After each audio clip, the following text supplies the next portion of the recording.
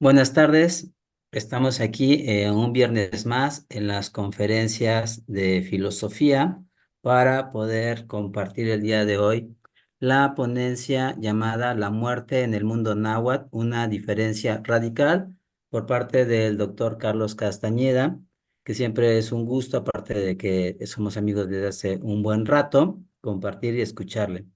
Bueno, Carlos es licenciado en filosofía por parte de la Autónoma del Estado de Morelos, maestro y doctor en filosofía por parte de la UNAM, con pues 22 años de experiencia laboral que ha estado en la universidad, en el Tecnológico de Monterrey, en la UNILAM, dentro de sus áreas donde ha estado trabajando. También ha tenido pues artículos publicados en revistas, en libros.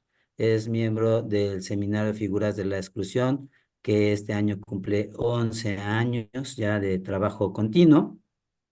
Y bueno, también es profesor del CIU, ¿no? Es de ahí muchas y muchos lo conocen y le han escuchado sus temas con los cuales siempre está reflexionando.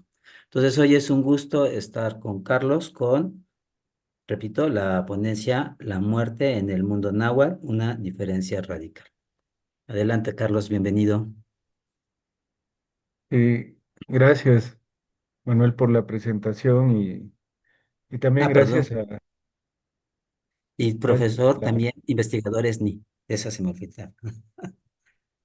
eh, sí, eh, gracias a tu presentación, también a la coordinación de la carrera de filosofía y bueno, a todo el instituto que pues nos dan estos espacios también para poder exponer algunos temas que pues yo no sé si necesariamente son temas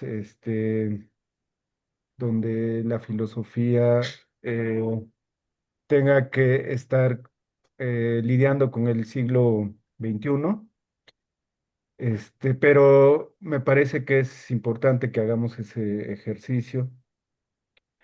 Y bueno, voy a hablar un poco de esto que les voy a presentar.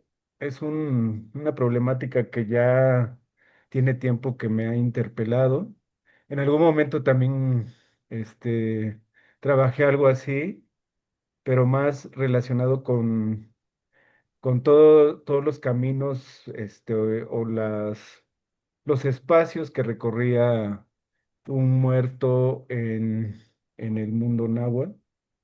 Y hoy también tiene que ver con eso, pero hoy voy a hablar más de cómo concebían los nahuas a la muerte y cómo esta concepción pues marca una diferencia respecto a la concepción que en la cultura de Occidente se ha desarrollado respecto a la muerte.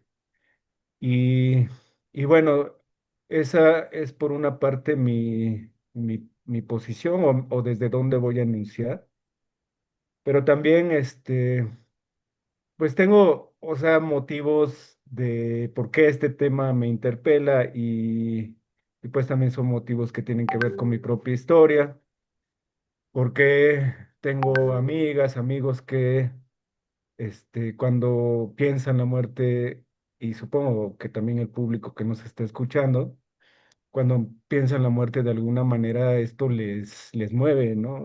Cada una de sus partes de vida. Y bueno, también lo digo porque a mí ese tema me mueve cada una de las partes de mi vida. Me acuerdo que una amiga hasta le causaba insomnio, le causaba gastritis y este tipo de malestares. Y bueno, eso me hace preguntarme, ¿no? ¿Cómo es que en el mundo náhuatl concebían la muerte?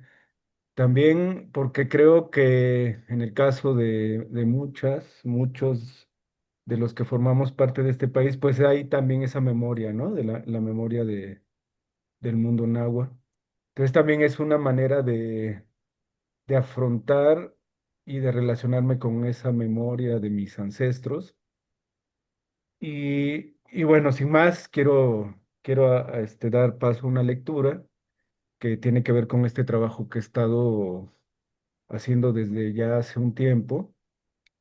Eh, entonces se llama La muerte en el mundo náhuatl, una diferencia radical, y empieza con un epígrafe que creo que sintetiza de qué va lo que hoy quiero presentar a la comunidad. Dice, se trata, en fin, de una alegoría a la vida. La muerte como afirmación de vida. Dice el mito náhuatl que para que existieran los seres humanos, déjenles comparto unas imágenes que voy a ir, en la medida en que vaya yo abordando el tema, voy a ir presentando y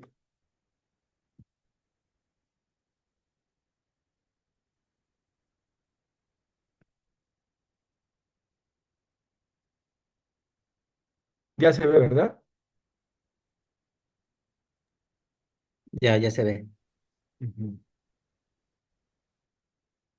Entonces, dice el mito náhuatl que para que existieran los seres humanos, Quetzalcóatl viajó al Mictlán, el rumbo de la muerte, para obtener los huesos preciosos que estaban bajo el resguardo del dios Mictlantecutli y la diosa Mictlancíhuatl, dioses de la muerte, y les dijo, he venido por los huesos preciosos que tú guardas.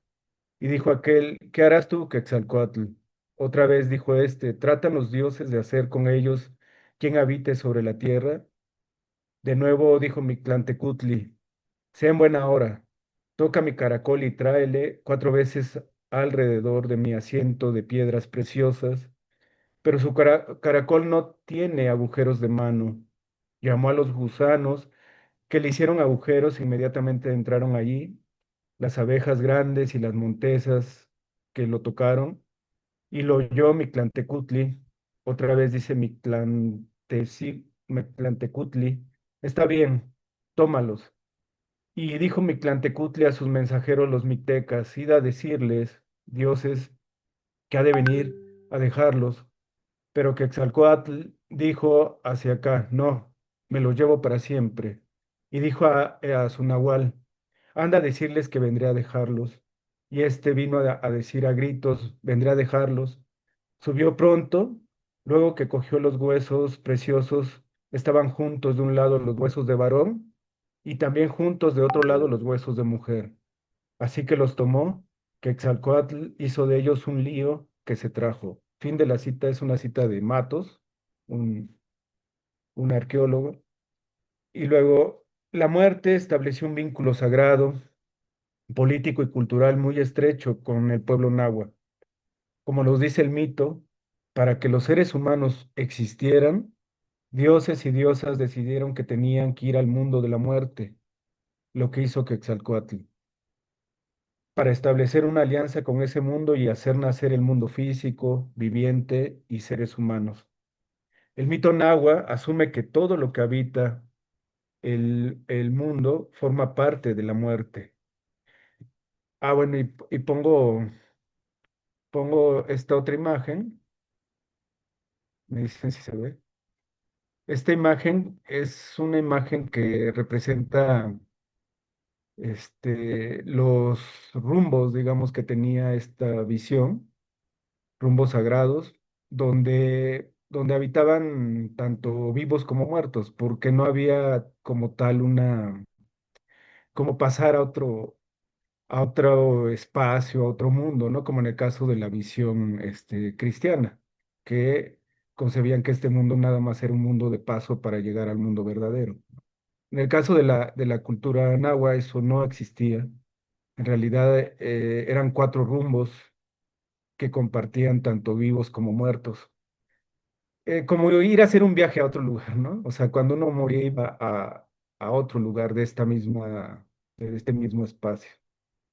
Entonces, cuando Quetzalcóatl va por los huesos preciosos, va al rumbo del norte, donde habitaban el Mictlantecutli y Mictecacihuatl, la diosa y el dios de la muerte. Y generalmente el rumbo de esos dioses o el rumbo de la muerte era el rumbo que estaba en el norte.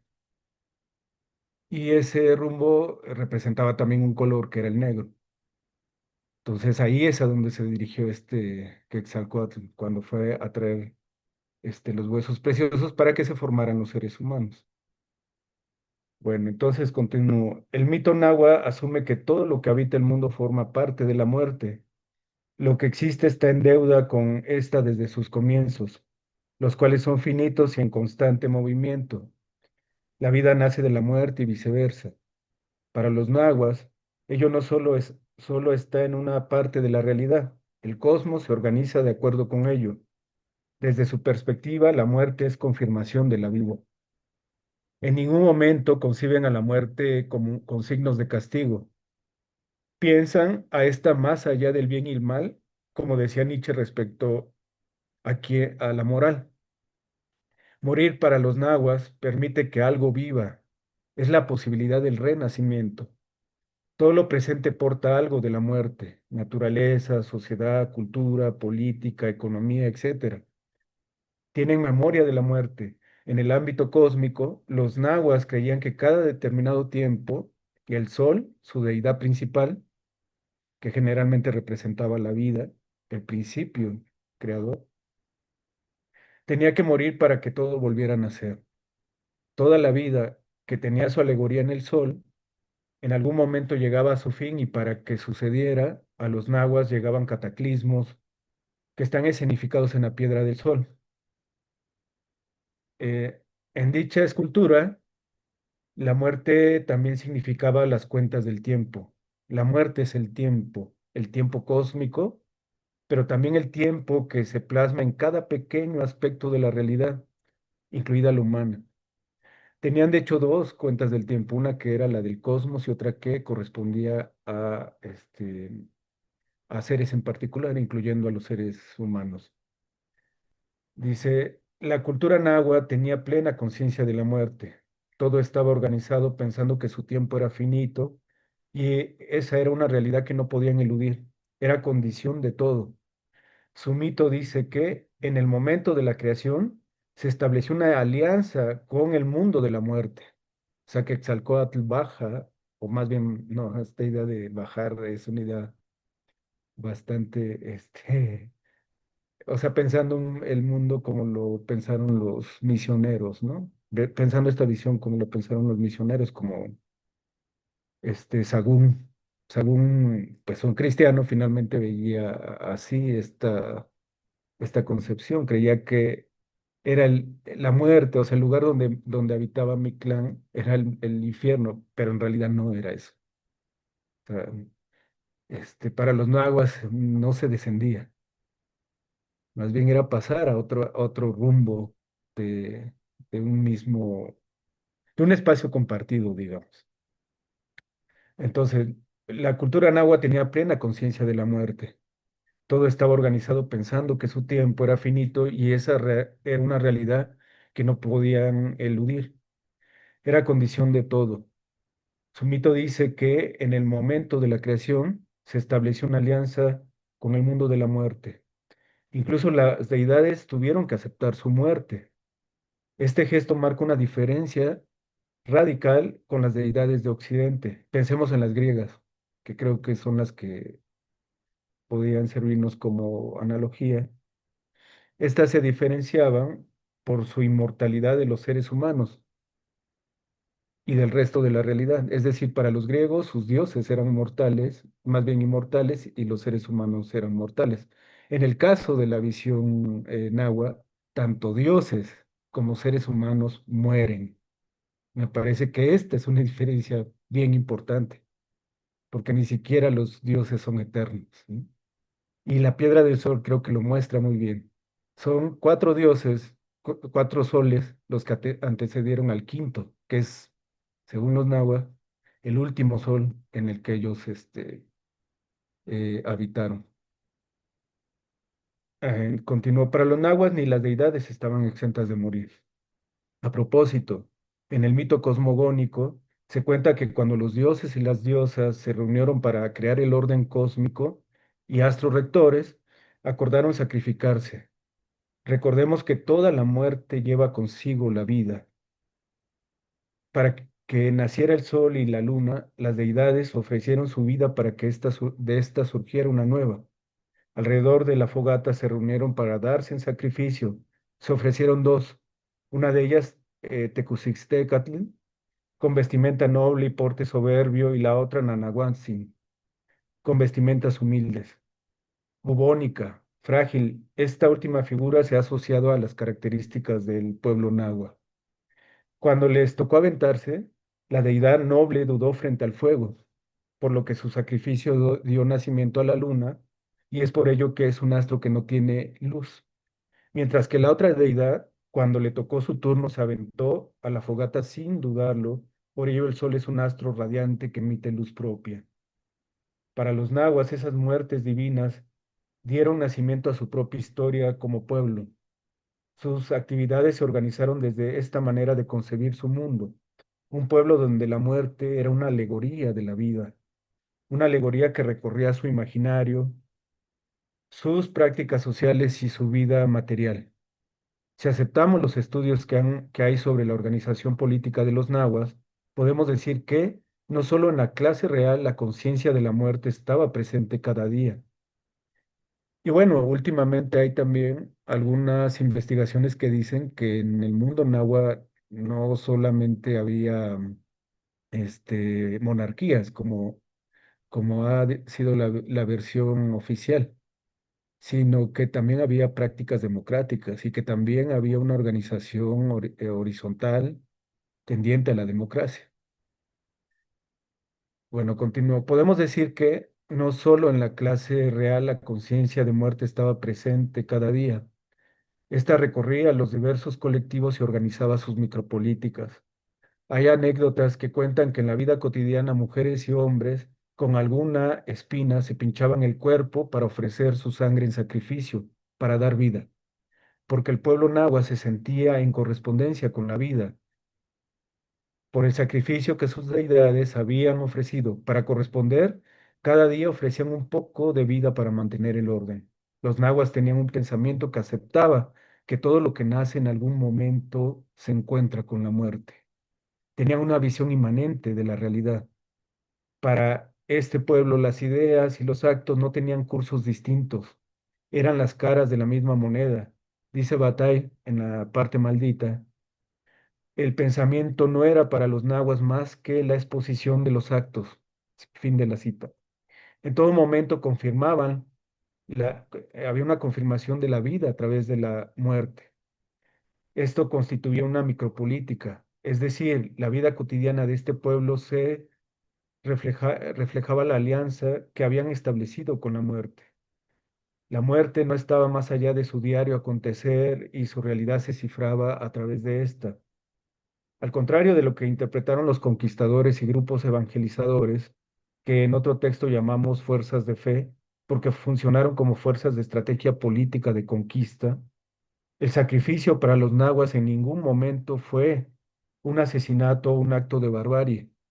Para este pueblo el sacrificio consistía en restituir la vida, confirmar la realidad de lo existente. Dice Bataille, la cita continúa. El sacrificio devuelve al pueblo sagrado lo que el uso servil ha degradado, profanado. El uso servil ha hecho una cosa, un objeto de lo que profundamente es de la misma naturaleza que el sujeto, que se encuentra con el sujeto en una relación íntima. No es necesario destruir propiamente hablando al animal o a la planta que el hombre convirtió en cosa para su uso. Basta, al menos, destruirlas en tanto que cosas, en tanto que se llegaron a convertir en cosas.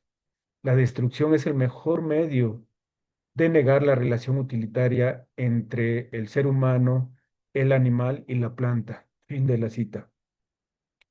El sacrificio para los nahuas confirmaba una concepción dinámica de la muerte que no se tasaba entre lo bueno y lo malo. O sea, no era una concepción moral, pues, la que tenían los nahuas. como la cultura cristiana, la más oficial, sí impuso. Me acuerdo que hace algunos semestres fuimos al Museo Nacional de Antropología e Historia y una de las compañeras dijo, muy distinta su concepción de la muerte a la que nos legaron los cristianos, que es muy traumática, y sí, efectivamente es muy traumática. Por eso a mi amiga hasta le dan insomnios y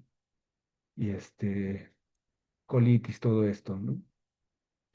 No era una cuestión de juicio moral, consistía en liberar a la realidad de su servidumbre, del prejuicio antropomorfo, de que todo lo que rodea al náhuatl estaba allí como un útil para servir.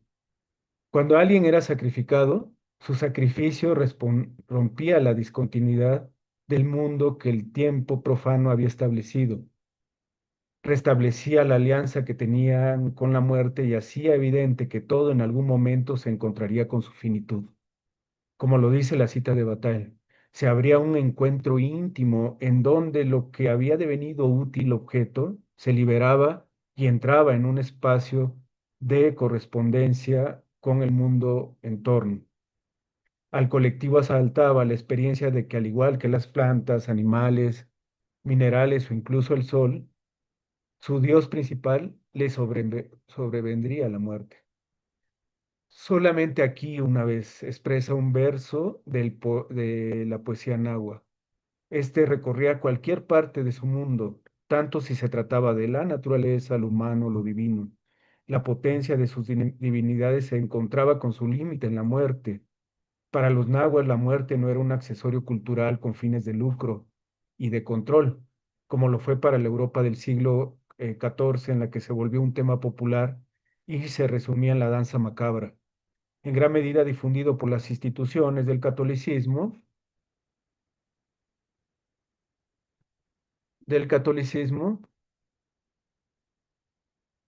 ¿Se sigue viendo mi presentación, Manuel?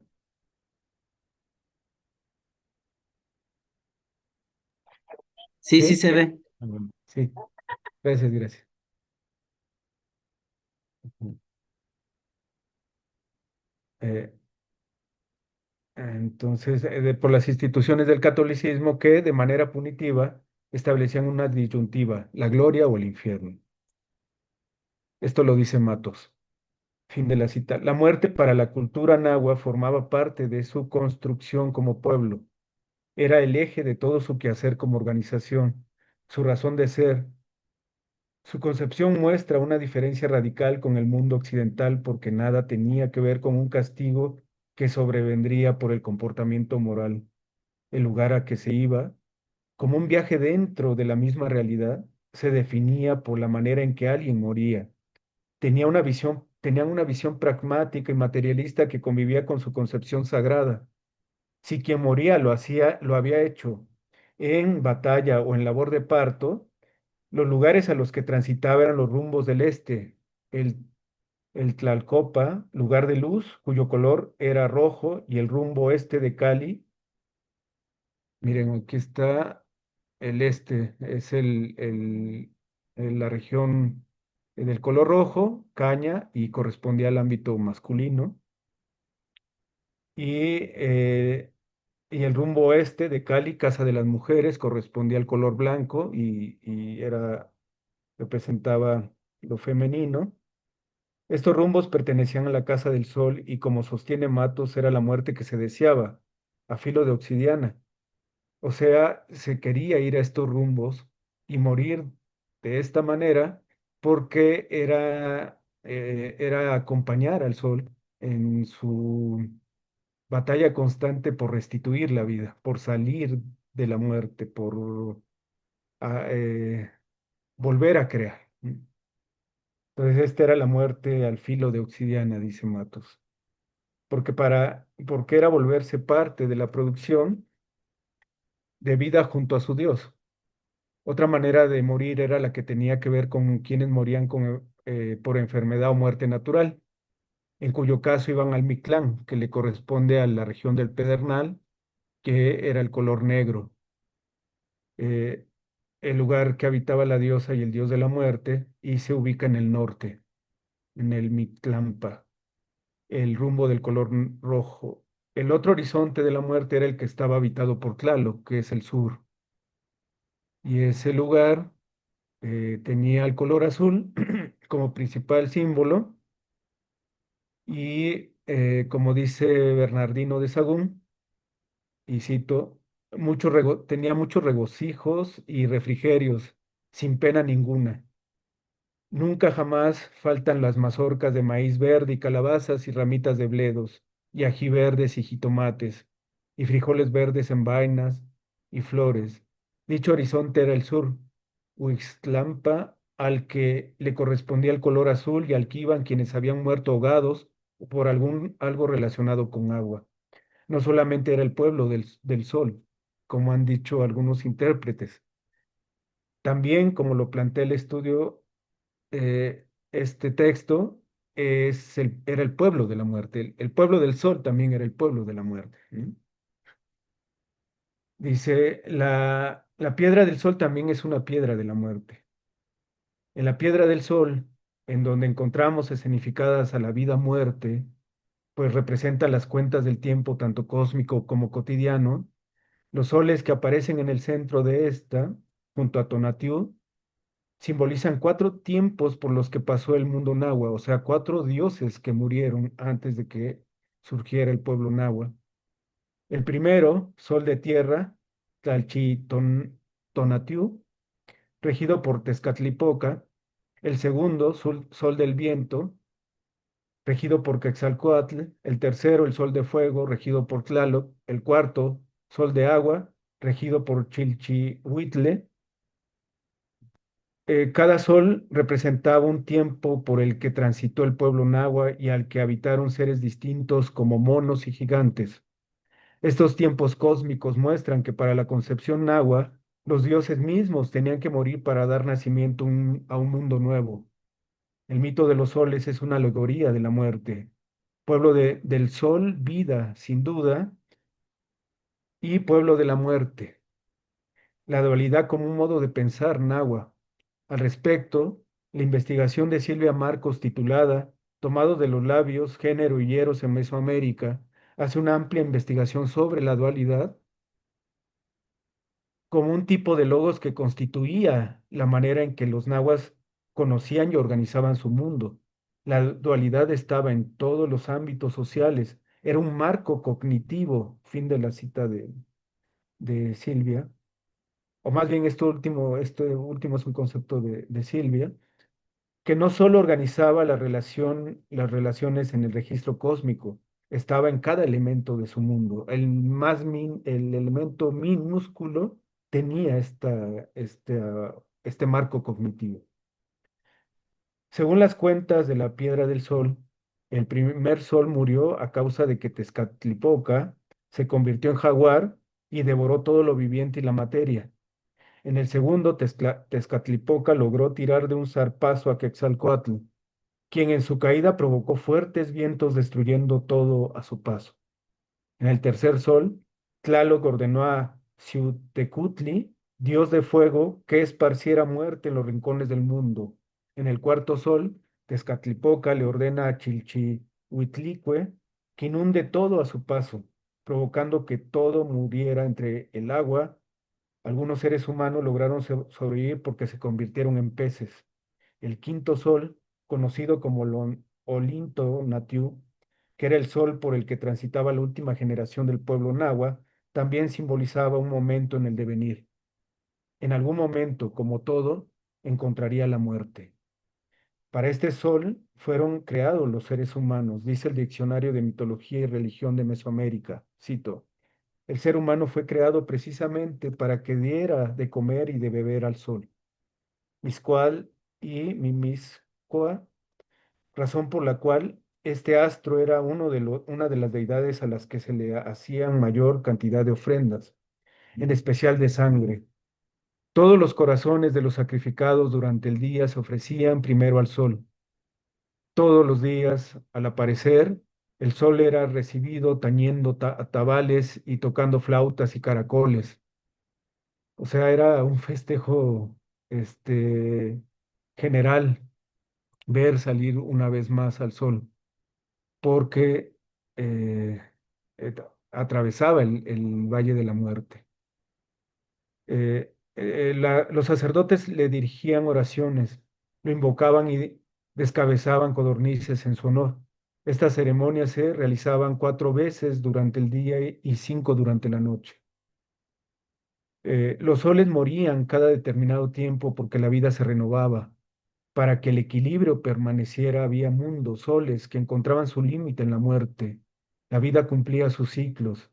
Si en algún momento un sol había albergado peces como forma de vida, relacionada con un elemento natural, agua, en otro, la forma de vida tenía que ver con pájaros que habían logrado transformarse durante la lluvia de fuego. La piedra de sol, muerte, vida, nos muestra el flujo y transformaciones que el mundo material adquiría. Funcionaba como un tributo al sol y la división del tiempo. En esta también se recostaba a quienes iban a ser sacrificados y cuyo corazón daría como ofrenda al quinto sol, Nahui Olin o cuatro movimiento.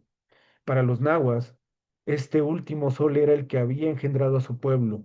Después de toda esa memoria que les antecedió de los otros soles, ellos finalmente, con el sacrificio de sus dioses y diosas, eran el pueblo que tenía como principal compromiso mantener el orden y para ello era necesario dar la muerte como ofrenda de vida.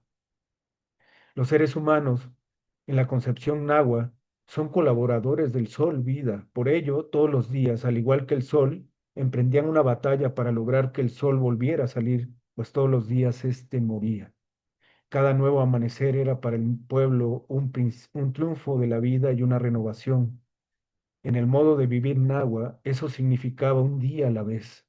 Quizá por ello, en el saber popular solemos tener muy presente la frase, mañana será otro día, porque consideramos que una vez que muera el tiempo en el que estamos, podremos ver, una vez que pase ese tiempo, las cosas de otra manera, vivir de otro modo. Ello involucra una voluntad de estar en el presente, de agotar la vida en la vida, como dice un poema de Huidobro. Eh, Y ya la última, esta sería la última parte, para que después, pues si quieren, entremos a un diálogo. La sangre, moneda de vida, muerte, viviente.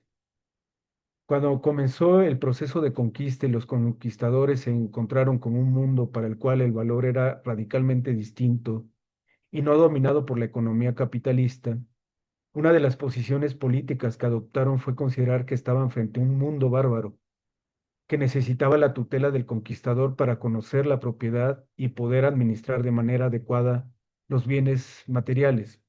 En gran medida por ello apoyó la corona la expedición. Era una nueva ruta hacia las Indias, territorio del que extraían especies y minerales. El imperio español en ese momento estaba en fase de desarrollo de un capitalismo que se alimentaba de especias y minerales. Su enriquecimiento, plusvalía, se daba a través de dichos bienes materiales. Su conquista era una conquista del territorio, no solo del alma a través del cristianismo, como sostiene más bien la pensadora Aura Cumes, era una conquista de la vida.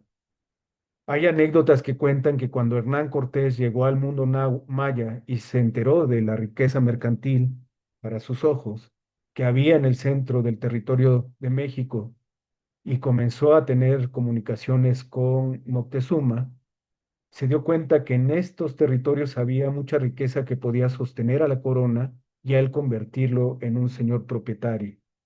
En su correspondencia, cada vez que Cortés recibía mensajes de Moctezuma, también recibía una ofrenda llena de oro y especias.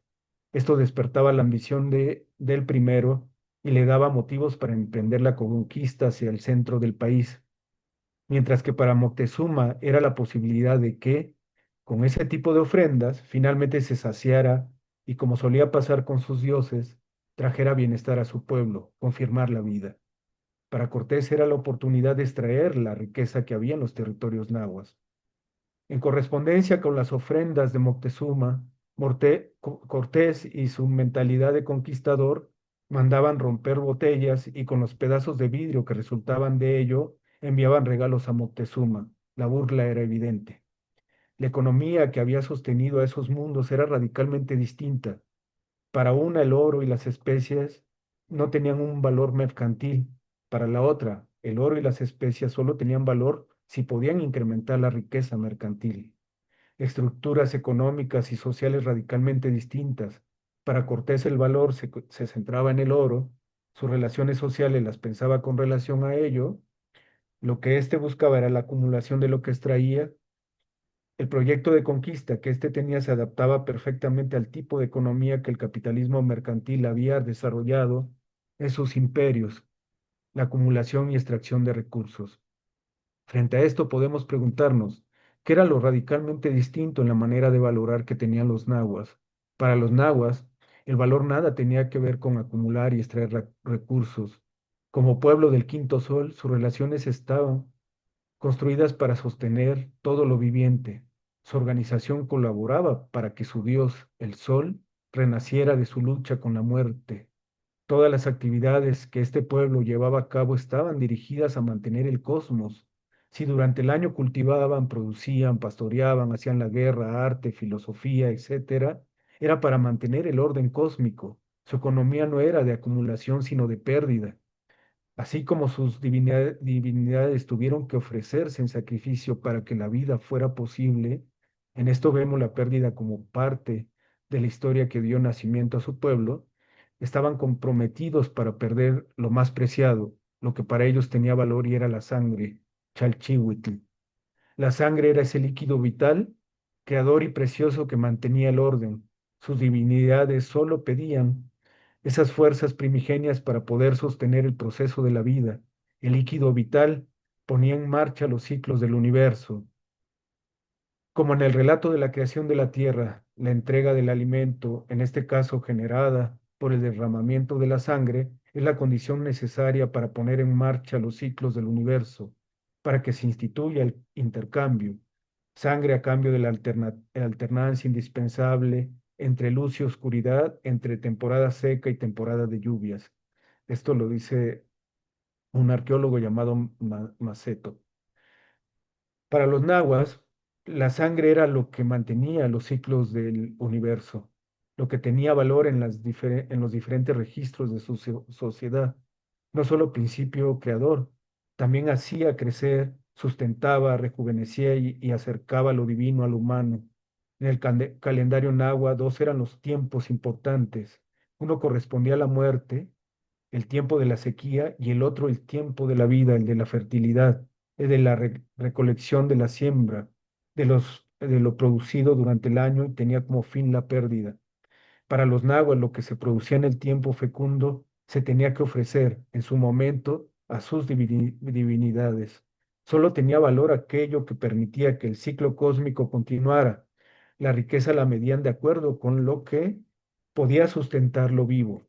El oro solo adquiría valor si servía para sustentar los ciclos del cosmos. El pueblo nahua tenía un orden social que no participaba del proceso de producción capitalista. Correspondía a lo que Marx en una de sus obras de 1857-1858, que se titula Formaciones económicas precapitalistas, plantea como formas que preceden a la acumulación originaria y se caracterizaban porque para estas formaciones lo que existía era la, y cito, entidad comunitaria que se produce y reproduce a través del trabajo viviente. Cada individuo se comporta como propietario, poseedor solo en tanto miembro de esa comunidad. Fin de la cita. Lo común para los nahuas, por lo que en el devenir del tiempo se volvían monedas vivientes, era el cuidado de vida a muerte. Se asumían como parte de una comunidad porque para estos esta era la posibilidad de mantener el orden cósmico, hacer que el tiempo que habitaban fuera posible. El oro y las especias dentro de la entidad comunitaria se volvían importantes solo cuando podían usarse en el ritual que reafirmaba el ciclo. Fuera de esto, el oro y las especias no tenían valor. En ese círculo donde vida y muerte eran los puntos opuestos, la comunidad se mantenía cohesionada, en orden y equilibrio. Sabían que cada aspecto de su realidad y de ellos formaba parte de esa tensión. como la del arco y la lira, que, sin imponer una fuerza sobre otra, permite que el orden se mantenga. La sangre era la moneda viviente con la que la comunidad nahua establecía su vínculo con el cosmos. Todo lo que hacían estaba regido por un imaginario de la finitud. Sabían que nada es para siempre y que todo lo que nace en algún momento tiene su fin. Por ello sus actividades tenían como eje la pérdida, pues en un mundo regido por la muerte, nada podía conservarse. Bueno, esto es lo que hasta ahora pues llevo investigando, pero mi intención también es continuar pensando esto que les acabo de presentar, eh, con una deriva que iría más hacia una especie de ética de la finitud, o estoy pensando si ponerle justamente una ética solar, ¿no? Que tiene que ver con todo esto que he comentado. Pues hacia allá es hacia donde quiero ir, pero bueno, me gustaría también escuchar preguntas, comentarios para igual echar por la borda todo esto o reelaborarlo, darle otros matices. Pues hasta aquí sería, Manuel, la exposición de la lectura. Pues muchas gracias, Carlos. No sé si quieras seguir compartiendo la imagen. No, ya. Bueno, en Facebook hay gente que envía saludos a Ana, Lisette Zarco, Sebastián González, Armando Valero, Cristian Allende, que nos saluda, buenas tardes, Omar GS. Sebastián González pregunta, ¿dónde puedo encontrar más lecturas de las leyendas nahuas? Y Armando Valero nos pregunta, o te pregunta, ¿por qué se pensaba que un sacrificio podía ser un beneficio positivo? También Eddie manda saludos y dice que es un excelente tema. Y Cristian Allende dice, muy bien estructurada la lectura.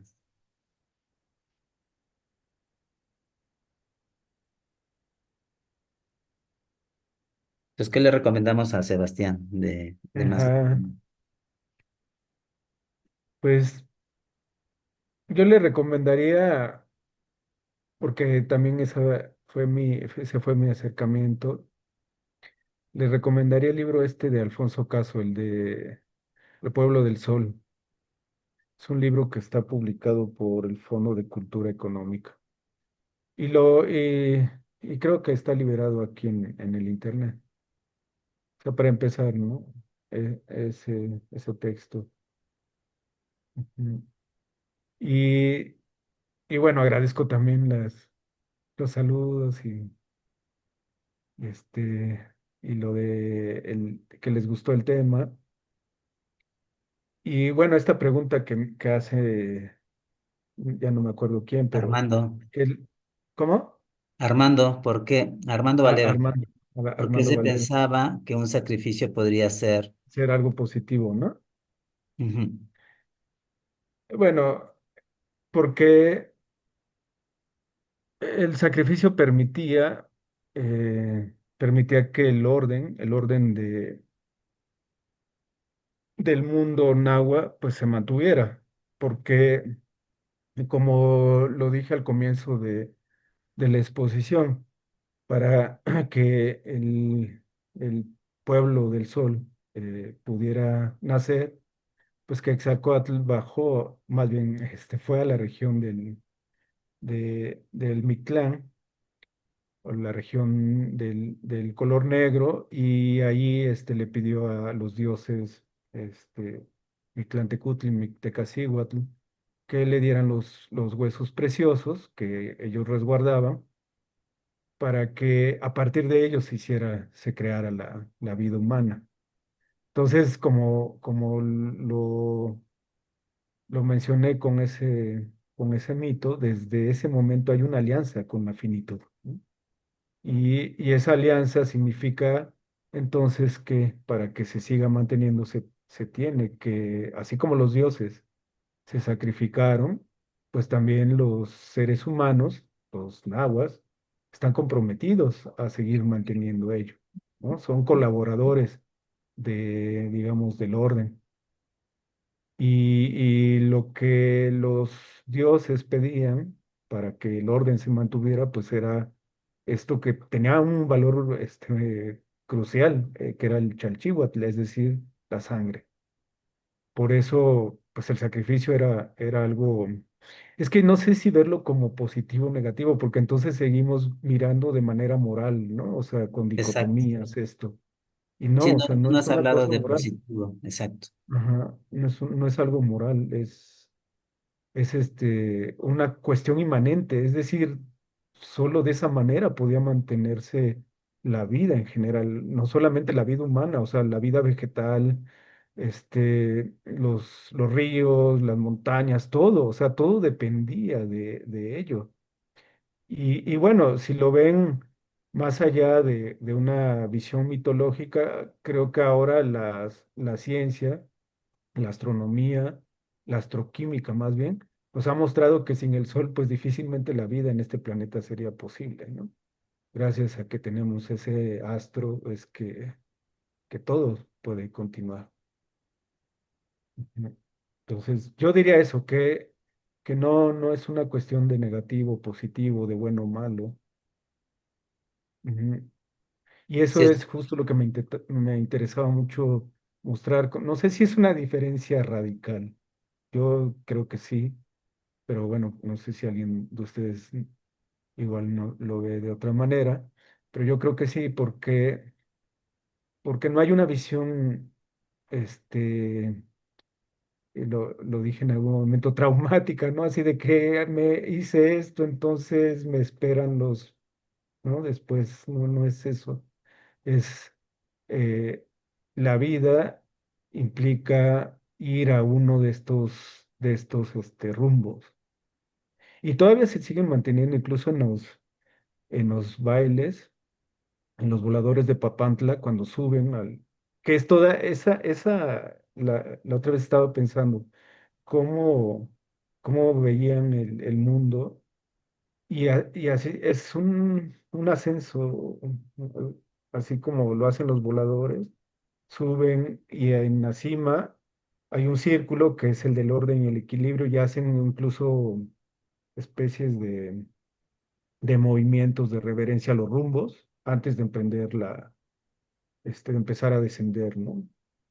Entonces todavía lo mantenemos mucho eso, este, esto de creer que hay como rumbos rectores, es, eso diría que no es una cuestión moral, sino es pasar es como viajar a una de las regiones y para seguir manteniendo el orden de lo vivo, pues. Ujú. Edgar Uriel dice que si más que positivo o negativo, más bien sería dual. Sí, sí, yo creo que es eso, porque lo dice Silvia Marcos, lo mencioné, ¿no? Hace rato en la lectura, lo dice Silvia Marcos, que era un principio epistémico, la dualidad en el caso de los nahuas. Y en otras investigaciones también, o sea, la dualidad aparece constantemente. Creo que, Pero el sacrificio más que dual, ¿no? Porque pensando en la propia palabra de sacrificio y haciendo referencia a Bataille que tú decías ahí, y ujú, también justo a la moneda viviente que seguro es pues sí, parte de esta la resonancia de tomé como Klotowski, metáfora ¿no? de Klosowski, ajá. Exacto. Entonces, más Ujú, que dual, es lo que decías, es lo que permite escapar al mundo de la utilidad. Entonces, ujú, la hora de escapar del mundo de la utilidad, pues no es ni positivo, ni negativo, ni ujú, dual. sí, Es la característica del sacrificio, ¿no? sí. Y dice J. L. Paolo García, buenas tardes, el libro de Miguel León Portilla, Filosofía Náhuatl, ¿sigue siendo una lectura vigente o es más una fuente para antecedentes del tema.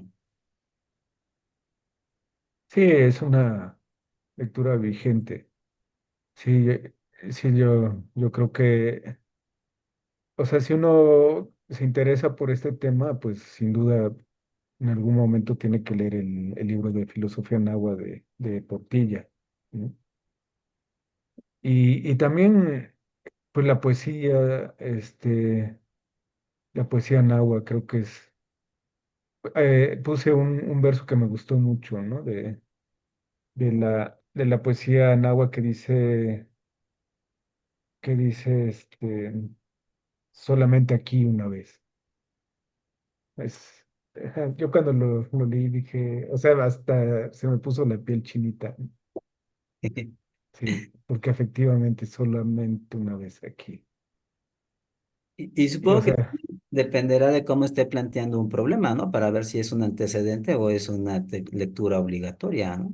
ajá, ajá. O Sí, es sí, claro, si va a ser una tesis, yo creo, o sea, relacionada con los temas del pensamiento náhuatl, pues sí, es una lectura,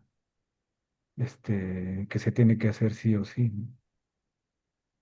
Ujú. Tonatiuh Paolo dice, gracias por dar nutrientes a mi identidad y acercar el corazón con la muerte. Saludos desde una geografía cercana al pueblo náhuatl en Huentepec. Está muy bien, ¿no? Sí, sí, sí, sí. Ujú. Oye, bueno, nadie me ha preguntado aquí, pero esto que hablabas de un imaginario de la finitud o que vas hacia Ajá, una ética de la finitud o solar, bueno, es diferente. Supongo que a la hora de pensar imaginarios de la finitud sí. nos podrías dar como más elementos que sería eso y cómo estás tratando de acercarte a hablar sobre una ética solar. Y también, no sé, preguntarte si, un poquito por lo que han ido preguntando, si cuando uno aborda estos temas habría que tener como o identificar una huella cosmogónica, ¿no? Para poder entender que estamos hablando justo, decías tú, desde otra perspectiva, desde otros lados, y que entonces cuando nos acerquemos podamos tener una perspectiva cosmogónica, entender que es un Ujú. lenguaje, una perspectiva distinta y no sé si esa ética de con una cosmogonía distinta nos ayude también a quienes no Sí, somos como de Puentepec o no somos o somos de otros lados, ¿no? Como ciudades más industriales o, no sé, o cosmopolitas. sí. Con esto último que has dicho o sea, de plantear que tiene que ver con una cosmogonía, eh, creo que sí, o sea, estoy de acuerdo. Tiene que ver con una cosmogonía y no es, eh, y no es solamente eso. En un tiempo o sea, es un tema que sí me ha causado problemática porque llamarlo otro logos, otro tipo de razonamiento o plantearlo incluso como una filosofía, ¿no? Que creo que ya hemos tenido sendos eh, debates respecto a eso, si llamar al pensamiento náhuatl o maya o o a otro pensamiento de Mesoamérica como mixteco, zapoteco, se le podría denominar filosofía. Y, y claro, yo creo que es importante también decir que hacían filosofía. No es la filosofía, por supuesto, occidental, no es la filosofía que aprendemos en las academias, pero me parece que sí es importante que sigamos haciendo genealogía respecto a a estos pensamientos, porque, y esto también lo ligo con esto último que dijiste de Coantepec y de otras regiones, porque de alguna manera también es nuestra memoria. O sea, es una memoria que está ahí o más bien que tenemos que resignificar, ¿no? y bueno, para mí también por eso es importante estudiar estos temas, porque es una manera también de entender el presente, de entender cómo se estructuran ciertas relaciones hoy, ¿no? Porque todavía en nuestros imaginarios siguen latiendo ciertas memorias, ¿no? Seguimos festejando, por ejemplo, el Día de Muertos, que sin duda es un día que está encontrado con otras tradiciones, con otras cosmovisiones, pero que tienen todavía esta concepción configurándolos. O sea, todavía hay toda una serie de prácticas que hacemos, como poner ofrendas, y además tratamos de darle la estructura que tenían, estas regiones, ¿no? Poner los elementos que eran propios de los 9 lugares a los que llegaban los muertos. Y esos son elementos que ponemos en las ofrendas. O sea, todavía esto está presente, pero no solamente está presente así como un día llamado Día de Muertos, sino es nuestro cotidiano. Creo que somos parte de una comunidad donde de esto que dije con el poema de en agua, y el de solamente aquí una vez. Creo que eso también lo tenemos presente, de alguna u otra manera lo tenemos presente. Y asumimos que todo lo que nos rodea y que nosotros mismos también eh, en algún momento vamos a morir, ¿no? Y bueno, esperemos que sea así, o sea, no asesinados, sino no de maneras violentas, ¿no? Sino porque en algún momento va a suceder, o sea, como todo lo que nos rodea. Sí. Tei Amador comenta, este, hola, me llamó la atención el comentario sobre que en esta cosmovisión el infierno o el inframundo no está abajo y por lo tanto no se desciende. ¿Cuál sería entonces su lectura de los mitos del descenso de Quetzalcóatl? En dicho mito, por ejemplo, el movimiento descendente está atestiguado por los monolitos de Xochicalco, donde la figura de unos pies va hacia abajo en una de las caras y luego hacia arriba en otra cara contrapuesta. También en el inframundo de Teotihuacán, relativamente descubierto hace pocos años, el símbolo del espacio es claro, pues es un lugar sagrado que se encuentra literalmente por debajo de los templos y el hecho de que la entrada sea justo debajo del templo de la serpiente emplumada invita a pensar que no es casual.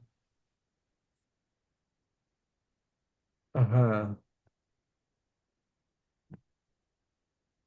Sí, vuelvo a esta imagen. Me parece. Sí, no pongo en cuestión lo que está diciendo quien plantea esto, pero no es un descenso al infierno, ¿no? Eso es lo que quería precisar, ¿no? No es un descenso al infierno, es como pasar a una región que está conectada con las otras regiones. Si ven en esta imagen, incluso tiene forma piramidal. Generalmente las pirámides tienen un cenit y van descendiendo.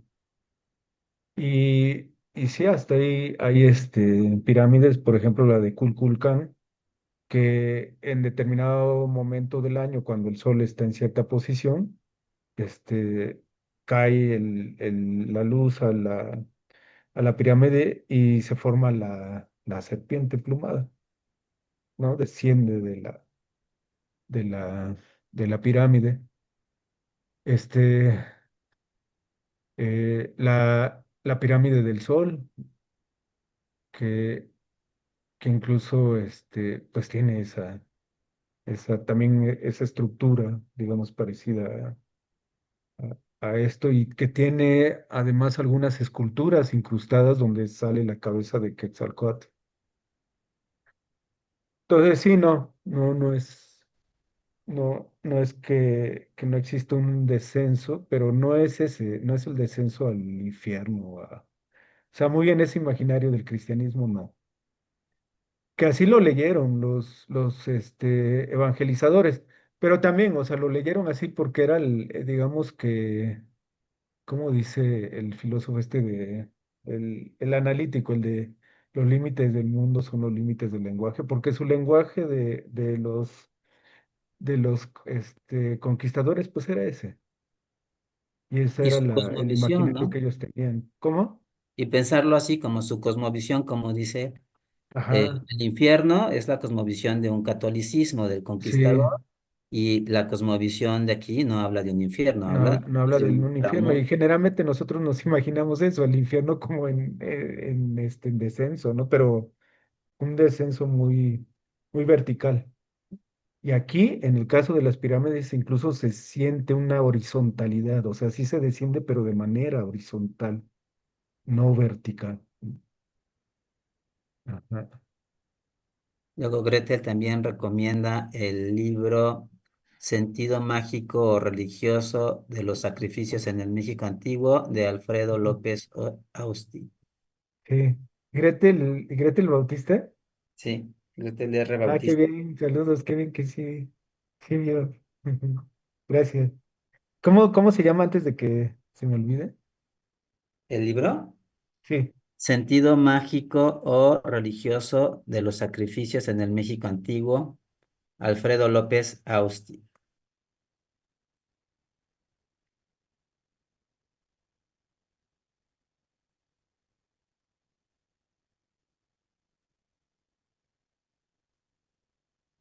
sí, Creo que sí han dejado comentarios ahí interesantes como para ir puliendo a la hora de que ese texto quede ahí, ¿no?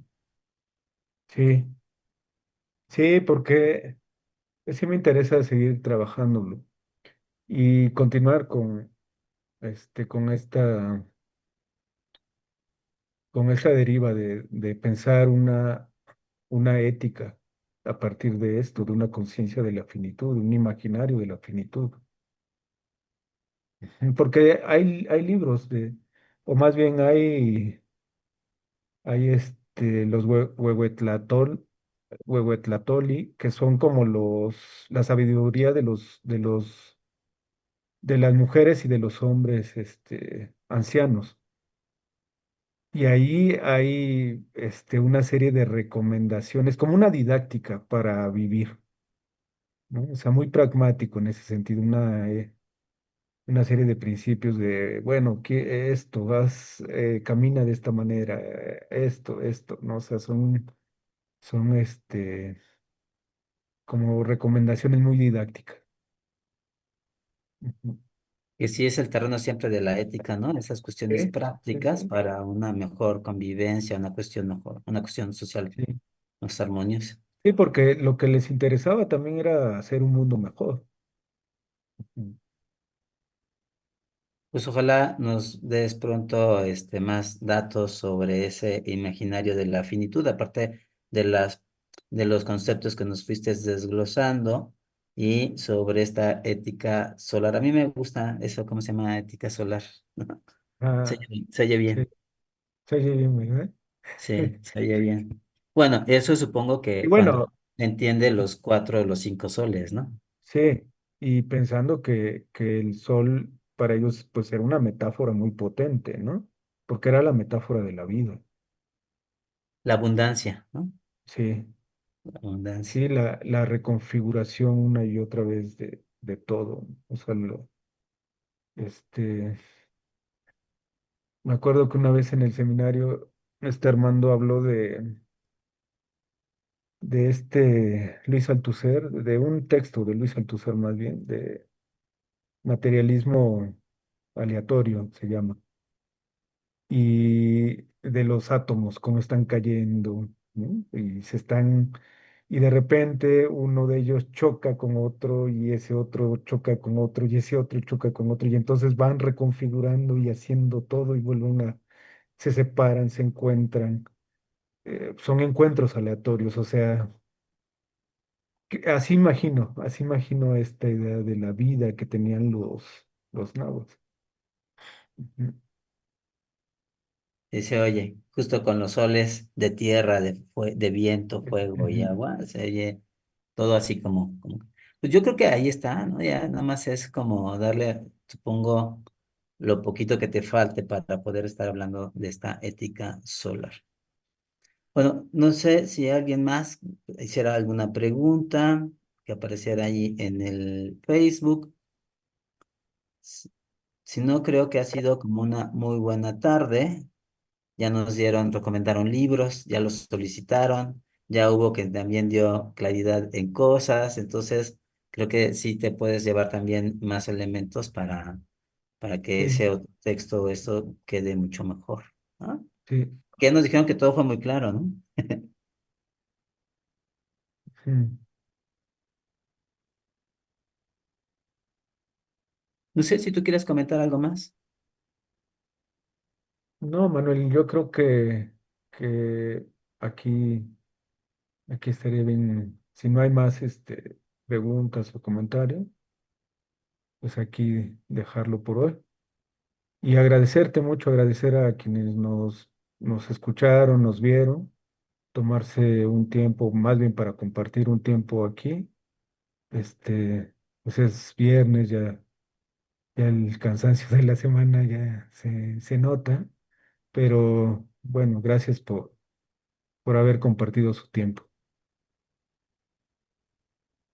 Y bueno, lo Ya, importante ahora que es el tiempo, ¿no? Porque él es el único, o sea, ya no habrá otro. dice Oralia Coahuilas. Buenas tardes, retomar de algún modo nuestras raíces. Gracias por la ponencia. Gracias. Bueno, pues gracias a todas y a todos. Recuerden que también las ponencias de todos los viernes que tenemos aquí desde la Academia de Filosofía quedan grabadas en nuestro Facebook del CIU. Vuélvanlas a escuchar. A lo mejor de ahí podemos sacar también temas o para profundizar sobre estos o tener las preguntas. Si son profesores del instituto, del centro, pues los podemos encontrar y seguirles haciendo preguntas. Y si no, pues también hay que pedir los contactos. Si hubiera alguien que nos interesara de lo que nos ha venido a hablar, pues tener estos vínculos, ¿no? De eso se trata la filosofía. Para eso están estas actividades de los viernes, para poder seguir pensando la filosofía entre todas y todos. Entonces, las y los esperamos el próximo viernes. eh, y pues tengan bonita tarde, como dice el profesor Carlos. Vayan a disfrutar del viernes y los que tienen clases mañana, pues también a prepararnos para las clases de mañana. Gracias a todas y a todos, bonitas tardes. Gracias. Gracias, Carlos. Vemos, te escuchamos pronto con una ética. Sí, abrazos, Manuel. Hasta luego.